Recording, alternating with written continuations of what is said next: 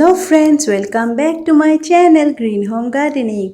Friends, আজি আমি নলবাৰীৰ এখন ঠাইলৈ আহিছোঁ যাৰ নাম চকলাপাৰ আৰু তাত আমি গোপাল প্ৰভুৰ এটা মন্দিৰ লৈ আহিছিলোঁ আৰু গোপাল প্ৰভুৰ নামত এখনি শৰাই আগবঢ়াইছিলোঁ আৰু হেহে মই কিছু ভিডিঅ'ৰ দৃশ্য আপোনালোকক দেখুৱাব বিচাৰিছোঁ। ইয়াতে বুট আৰু ফলমূল ধুই আছে মোৰ শাহুমা আৰু মাহীয়ে, গতিকে আশা কৰোঁ আপোনালোকে ভিডিঅ'টো চাই নিশ্চয় ভাল পাব। যদি মোৰ ভিডিঅ'টো চাই ভাল পায় মোৰ চেনেলটোক সাবস্ক্ৰাইব, লাইক আৰু লগতে শ্বেয়াৰ কৰিবলৈ নাপাহৰিব। তেন্তে ভিডিঅ'টো চাই থাকক। Thank U friends.